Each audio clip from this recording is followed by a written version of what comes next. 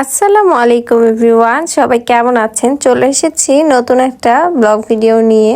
আর আজকের ব্লগটা থাকছে আপনাদের সবার অনেক অনেক বেশি পছন্দের একটা খাবার।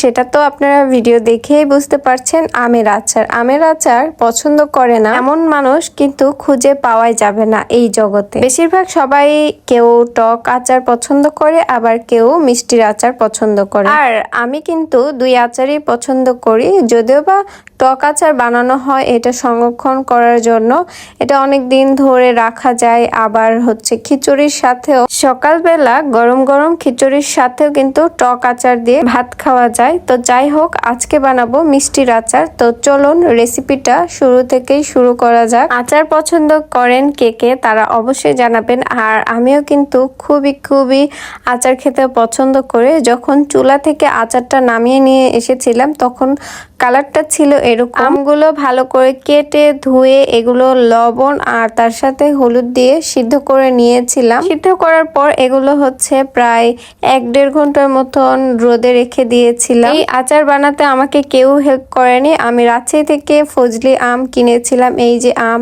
টাটকা বড় বড় 2 কেজি আম কিনেছিলাম। আর এখনকার আমে তেমন একটা আটি নাই, তাই জন্য বেশি আম কিনিনি, অল্পই কিনেছিলাম। কেমন কি টেস্ট হবে। তো আচার বানানোর জন্য এখানে হচ্ছে কয়েকটা শুকনো মরিচ নিয়েছিলাম, আর তার সাথে রসুন নিয়েছিলাম, তার সাথে হচ্ছে জিরা বাটাও নিয়েছিলাম। জিরাগুলো বেটে নিয়েছিলাম। আর বাসায় থেকে নিয়ে এসেছিলাম অনেকগুলো সরিষা। আর সরিষা কিন্তু বেশি দেওয়া যাবে না, বেশি দিলে কিন্তু আবার হচ্ছে তিতো লাগবে। যাই হোক, সরিষা দেওয়ার পর তেল মানে এত জোরে ফুটতেছিল, মানে চারিদিকে সরিষা সব পড়েই যাচ্ছিল, এরকম একটা অবস্থা। তারপর যাই হোক, যেহেতু একাই ভিডিও করা, তাই জন্য ক্যামেরা অফ রেখে হচ্ছে আমগুলো দিয়ে নিয়েছিলাম। আর তার সাথে শুকনো মরিচ যেটা বেটে নিয়েছিলাম সেটাও দিয়েছিলাম। আর শুকনো মরিচ এরকম ভাবে ভেজে একটু গুঁড়ো করে দিলে মানে আচারের কালারটা অনেক বেশি ভালো আসে। যেহেতু আমগুলো রোদে দিয়েছিলাম, আপনারা দেখলে হয়তো বা বুঝতে পারবেন কেমন অবস্থা হয়ে গেছিল।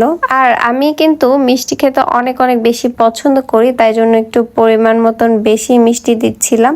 তো দিতে দেখছিলাম একদমই বেশি হয়ে গেছিল, কারণ এইটুকু আমেত আবার বেশি মিষ্টি হইলে ভালো লাগবে না, একটু টকটকও রাখা লাগবে। তাই জন্য কিছু পরিমাণের চিনি তুলেছিলাম। যাই হোক, যেটা তুলেছিলাম ওইটা আবার পরে এই আমের আচারে দিয়েছিলাম। আর ক্যামেরাতে ভিডিও তেমন একটা ভালো আসতেছিল না, মানে চুলার যে ধোঁয়াটা আছে সেই ধোঁয়াটা আসতেছিল বারবার। তো যাই হোক, আমি যেহেতু ব্লগার একটা মানুষ, তাই জন্য ভিডিও তো করে আপনাদের মাঝে দেখাতে হবে, তাই জন্য ভিডিও করছিলাম।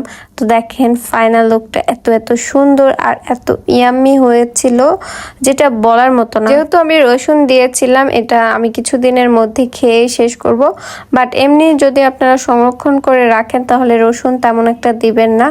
আর এখানে কিছু পরিমাণে এলাচ, তারপর আরো যে মশলাগুলো ছিল মানে গরম মশলা, সবগুলোই দিয়েছিলাম টেস্ট বাড়ানোর জন্য আর গন্ধটা ভালো আসবে এই জন্য। পুরো আচারটা কিভাবে বানাইলাম আপনাদের মাঝে শেয়ার করলাম। তো ভিডিওটা কেমন হয়েছে অবশ্যই সবাই কমেন্টে মতামত জানিয়ে যাবেন।